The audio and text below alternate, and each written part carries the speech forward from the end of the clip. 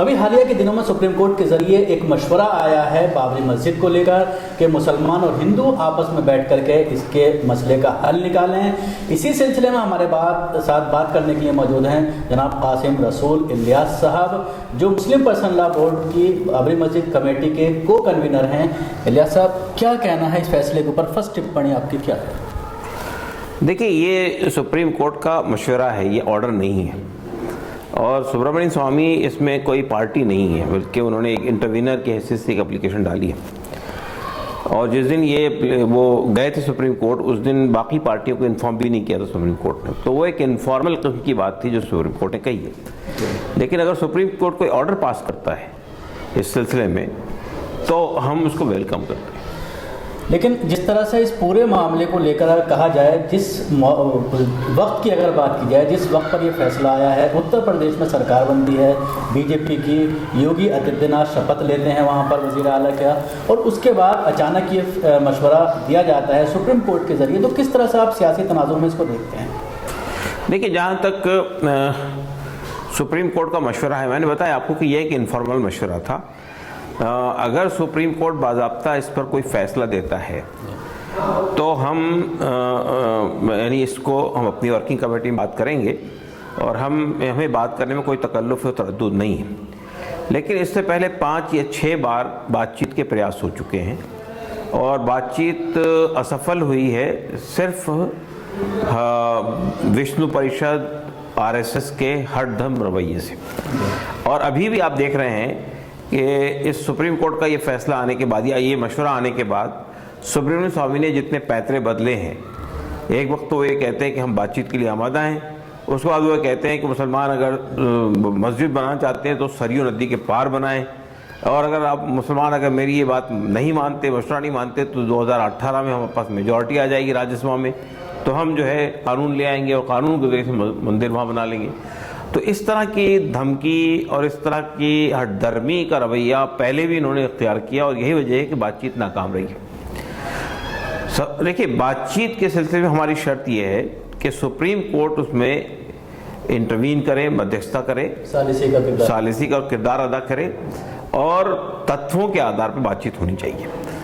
सिर्फ सेंटिमेंट्स के बुनियाद पर या हमारी आस्था है ये कहकर आप जो है उस टाइटल सूट को ख़त्म नहीं कर सकते। बुनियादी तौर पर ये एक टाइटल सूट है जिसमें कोर्ट को ये बताना है कि ये जगह असलन किसकी है।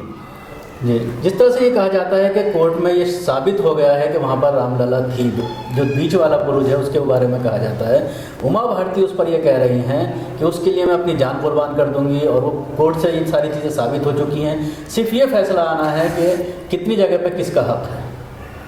देखिए, इलाहाबाद हाई कोर्ट की लखनऊ बेंच का जो 2010 में फैसला आया है वो कोई फैसला नहीं है, वो पंचायती किस्म का फरमान है, ऑर्डर है, जिसमें 3 पार्टियां थीं, तीनों को 1/3 दे दिया। और चूंकि रामलला बीच में विराजमान है तो बीच की जगह उनको दे दी है। उसमें ये कहीं साबित नहीं होता है कि रामलला यहीं पैदा हुए थे, इस वजह से वो ज़मीन राम जन्मभूमि है। तो मैं ये कहना चाहता हूँ कि और हमने उस फैसले को चैलेंज किया है सुप्रीम कोर्ट में। तो अगर हमें वो फैसला मानने होता है, अगर हम उसको मानते होते तो हम चैलेंज नहीं करते। हमें वो फैसला ही गलत नज़र आता है, इसलिए कि हमारा बुनियादी सवाल हाई कोर्ट के सामने यही था कि उसका टाइटल तय किया जाए। और उसका टाइटल जो है वो 1900 यानी जब तक ये डिस्प्यूट खड़ा नहीं हुआ था 1949 में, उस वक्त तक वो टाइटल 1528 से लेकर 1949 तक बाबरी मस्जिद के हक में टाइटल है। इसलिए ये कहना कि साहब वो रामलला के लिए ज़मीन घोषित हो गई है, हाई कोर्ट का फैसला आ चुका है, मुसलमान उस जगह से दस्तबरदार हो जाएं, ये बात सही नहीं है। और सिर्फ हमने ही नहीं चैलेंज किया उस फैसले को, बाकी जो पार्टियां थी, निर्मोही अखाड़ा, गोपाल विशारद, और इन सब ने उसको अदालत में चैलेंज किया है। अब जिस तरह से सुब्रमण्यम स्वामी इसमें एक धमकी भरे आमेज में मुसलमानों को ललकार रहे हैं कि 2018 में हमारी मेजोरिटी राज्यसभा में हो जाएगी और हम इसको कानून के ज़रिए आगे इसको लेकर जाएंगे, तो कहीं ना कहीं जो ये फैसला, जो ये मशवरा आया है, उस पर भी असर पड़ेगा। नहीं, देखिए, ये धमकियों का सिलसिला तो आप बीजेपी के सांसदों को देख लीजिए। विनय कटियार एक बात कह रहे हैं, उमा भारती एक बात कह रही है, बाकी लोग भी इस तरह की बातें कर रहे हैं, स्वामी भी इस तरह की धमकियां दे रहे हैं। तो ये जो है ना, ये धमकी भरा अप्रोच जो है, ये ना पहले काम आया था ना अब काम आएगा। आप ये कह सकते हैं आपकी हुकूमत है, आप दादागिरी करेंगे, आप धमकी देंगे, तो ये डेमोक्रेसी में ये सब तरीके सही नहीं है। डेमोक्रेसी में दो ही रास्ते हैं, या तो आप बातचीत से मसले का हल निकालिए या अदालत के जरिए से हल निकालिए। जब ये कोर्ट का जो मशवरा आया है तो उसके बाद से मुस्लिम तंजीमों में से ज़्यादातर लोगों ने ये कहा है, चाहे मौलाना अरशद मदनी की बात करें, ज़फ़र याब जिलानी साहब की बात करें जो बाबरी मस्जिद एक्शन कमेटी से जुड़े हुए हैं, सबका यही कहना है कि अब इन सब चीज़ों में कुछ नहीं रखा, मशवरा आपस में बैठ करके इस पर हल नहीं निकल सकता, क्योंकि 70 साल से कोशिश की गई लेकिन किसी नतीजे पर नहीं पहुंचा और उसी की वजह से लोग कोर्ट में गए। तो उसके बावजूद कोर्ट का 70 साल बाद इस तरह का मशवरा आना क्या दर्शाता है? देखिए, जहाँ तक हमारे बाज़ मुस्लिम तंजीमों के ने जो इस पर जो रुख इख्तियार किया है, वो वाक़तन उसकी बुनियाद यही है, क्योंकि इससे पहले कई बार बातचीत के दौर चले हैं, बहुत ऊंचे लेवल की बातचीत हुई, उसमें प्राइम मिनिस्टर तक के इन्वॉल्व हुए, लेकिन बातचीत का कोई नतीजा नहीं निकला। इसलिए उनको मालूम है कि बातचीत के नतीजे में क्या होने वाला है। लेकिन जाहिर बात है कि मुस्लिम पर्सनल लॉ बोर्ड का हमेशा से ही मौक़िफ़ रहा है कि या तो मसला बातचीत से हल हो या अदालत से हल हो। जब हम बातचीत की बात करते हैं तो बातचीत से हमारी मुराद ये होती है कि अदालत के सामने दोनों फरीक अपने सबूत पेश करें अपने दावे की इसमें, और उसके बुनियाद पर बातचीत में फैसला हो, ना कि आस्था की बुनियाद पे, ना कि सेंटिमेंट्स के बुनियाद पे, ना कि ये कि वहाँ पे राम मूर्तियाँ लगी हुई है इसलिए आप उस ज़मीन से 10 बार हो जाइए। इस तरह की अगर लैंग्वेज इख्तियार की जाएगी तो बातचीत का भी कोई नतीजा नहीं निकलेगा। जिस दिन से ये मशवरा आया है सोशल मीडिया पर काफ़ी तरह के लोगों के कमेंट्स आ रहे हैं। ज़्यादातर जो गैर मुस्लिम उनका ये आ रहा है कि पूरी दुनिया पड़ी है, कहीं भी आप मस्जिद बना सकते हैं, सरयू के किनारे हम पैसा देंगे, एक भव्य मस्जिद वहाँ पर बनाई जाएगी, और सिर्फ इसी पर क्यों अपना दावा ठोक रहे हैं, कहीं पर भी आप मस्जिद बना सकते हैं। देखिए, ये बातें हमेशा से कही गई है। हमारे लिए ये मसला ईगो का मसला नहीं है, हरगिज़ भी एक कौम की ईगो का मसला नहीं है। देखिए, मस्जिद के बारे में ये बात साफ रहनी चाहिए कि मस्जिद किसी नाजायज़ ज़मीन पर नहीं बन सकती, किसी की ज़मीन पे कब्ज़ा करके नहीं बन सकती, किसी मंदिर को तोड़ के नाजायज़ तरीके से उसे हासिल करके मस्जिद नहीं बन सकती। मस्जिद के लिए शर्त यही है कि वो साफ़ सुथरी ज़मीन होनी चाहिए, और या तो वो मस्जिद के लिए वफ़ की गई हो या मस्जिद के लिए ख़रीदी गई हो, उसी पर मस्जिद तामीर हो सकती है। हमारा मानना ये है कि अगर ये साबित कर दिया जाए कि वहाँ कोई मंदिर था जिसको तोड़कर नाजायज़ तरीके से कब्ज़ा करके मस्जिद बनाई गई है, तो हमारा केस अपने आप ख़त्म हो जाता है। तो जब अगर मस्जिद किसी जायज़ ज़मीन पर सही तरीके से हासिल करके ज़मीन बनाई गई है, तो फिर वो मस्जिद ताक़यामत मस्जिद होती है। मुसलमानों की वो प्रॉपर्टी नहीं है कि जिसको चाहे दे दें। ना मुसलमानों की कोई एक तंजीम, ना पूरे हिंदुस्तान के मुसलमान ये फैसला कर सकते हैं कि हम मस्जिद दे देते हैं आपको, इसलिए कि मस्जिद हमारी ज़मीन नहीं है, मस्जिद अल्लाह का घर है। हमारी हैसियत ट्रस्टी की है, हमारी हैसियत उसके मुतवल्ली की है। हम उस मस्जिद को नहीं दे सकते इल्ला ये कि ये साबित कर दिया जाए कि ये मस्जिद किसी नाजायज़ ज़मीन पर कब्ज़ा करके बनाई गई है। तो हम ये जो बात है, आप देखिए पूरे घटनाक्रम को आप देखेंगे कि 1949 तक मस्जिद पे कोई दावा नहीं था। मस्जिद से बाहर एक चबूतरा था जिस पर राम लल्ला की मूर्तियाँ रखी हुई थी, उस पर दावा था, और अवध के नवाबों से पहले वो चबूतरा भी नहीं था वहाँ पे। तो ये जो बात कही जाती है कि हमारी आस्था है, राम लल्ला वहीं पैदा हुए थे, ये आस्था कब से है? राम की तारीख जो है वो भी कंट्रोवर्शियल इस माना में है कि वो कब, कौन सा युग था, किस ज़माने में राम थे, इस पर अभी ये फैसला नहीं हो पाया है। या नहीं थे, इस पर भी बहस है। हम इस बहस में नहीं पढ़ना चाहते हैं। राम थे अगर बिलफर्ज, तो कौन से ज़माने में थे? जब यही चीज़ साबित नहीं है तो इतने बिल्कुल क्लियर कट उसके साथ ये कहना कि यही वो ज़मीन है जहाँ राम पैदा हुए थे, ये बात बेबुनियाद नज़र आती है। एक बात ये है। दूसरी बात बताऊं मैं आपको कि अयोध्या में 7 मंदिर ऐसे हैं जिसमें जन्म स्थान मंदिर लिखा हुआ है, और हर मंदिर वाला ये दावा करता है कि यहीं राम पैदा हुए थे। तो जहाँ ऑलरेडी जन्म स्थान मंदिर मौजूद है, उसके बाद एक नई मस्जिद को तोड़कर वहाँ जन्म स्थान मंदिर बनाने की क्या ज़रूरत है? तो हमारा मानना ये है कि इस मामले में तो एग्री पार्टी हम है, मुसलमान है, कि 1528 से लेकर 1949 22 दिसंबर 1949 की रात तक उस मस्जिद में नमाज हुई है। 22 दिसंबर 1949 की रात में चोरी छुपे, यानी ये बात वो है जो वहाँ के कमिश्नर ने, फैज़ाबाद के कमिश्नर ओगरा साहब ने अपने उसमें लिखी है कि रात में कुछ लोग ज़बरदस्ती उस मंदिर में दाखिल हुए, कुछ शरारती लोग, और उन्होंने मंदिर में मूर्तियाँ रख के उसके उसकी तकद्दुस को पामाल किया। ये FIR में भी है और ये ओगरा साहब का बयान भी है अदालत के अंदर। तो मैं कहना ये है कि 1949 तक के मस्जिद पर कोई विवाद नहीं था। और आप जानते हैं कि 1885 में 1885 में उस चबूतरे पर एक शेड डालने के लिए एक एप्लीकेशन मजिस्ट्रेट की अदालत में दी गई।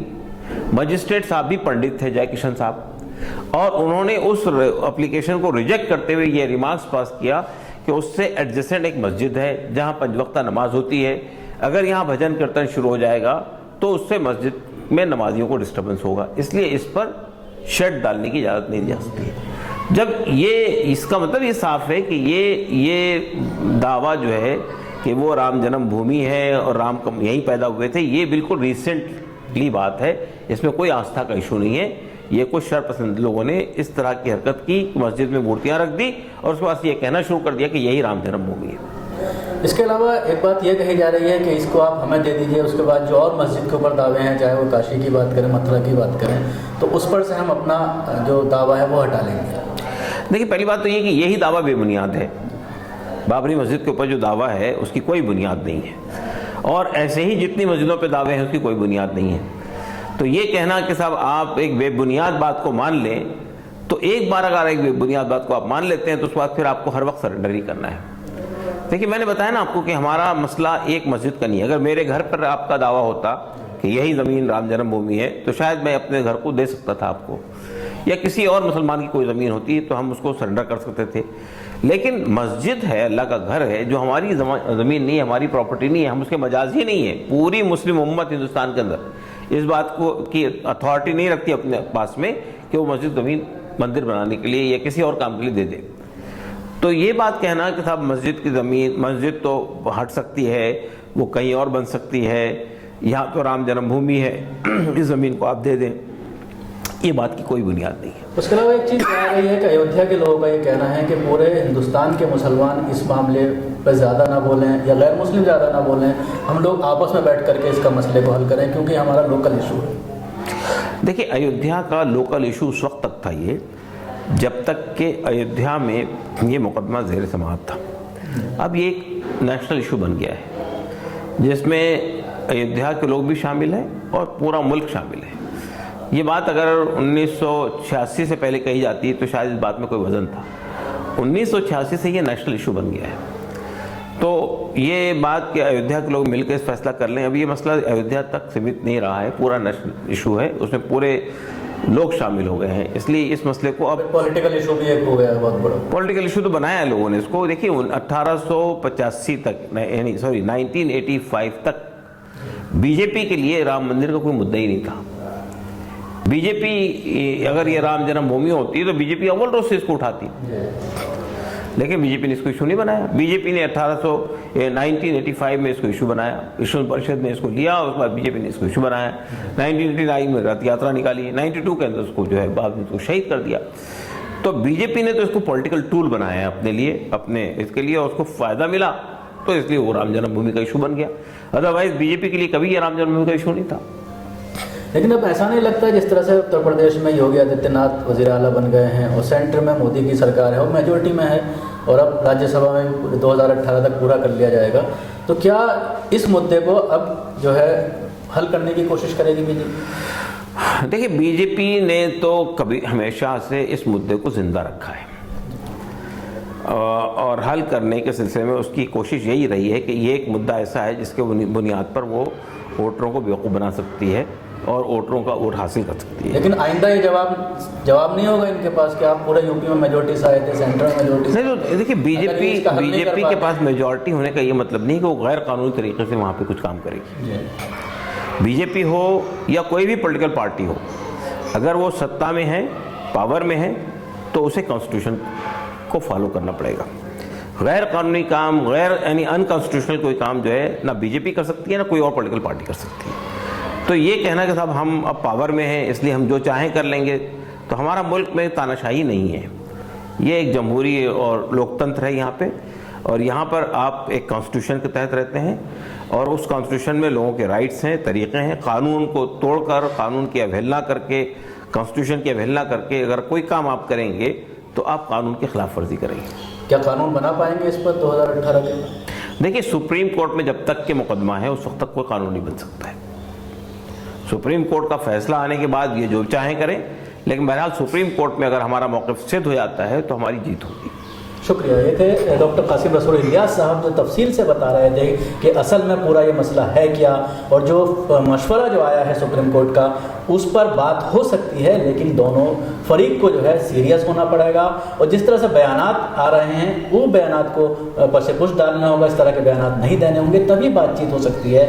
लेकिन ज़्यादातर जो मुस्लिम दानिश्वर हैं या उलमा हैं जो इस मूवमेंट से जुड़े हुए हैं, उनका ये कहना है कि 70 साल इस पूरे मामले को हो गए हैं और कई बार बातचीत करने की कोशिश की गई। प्राइम मिनिस्टर के जो मौजूदा उस वक्त प्राइम मिनिस्टर थे, उन्होंने भी इंटरवीन करने की कोशिश की और कोई रास्ता निकालने की कोशिश की, लेकिन मसला हल नहीं हो पाया।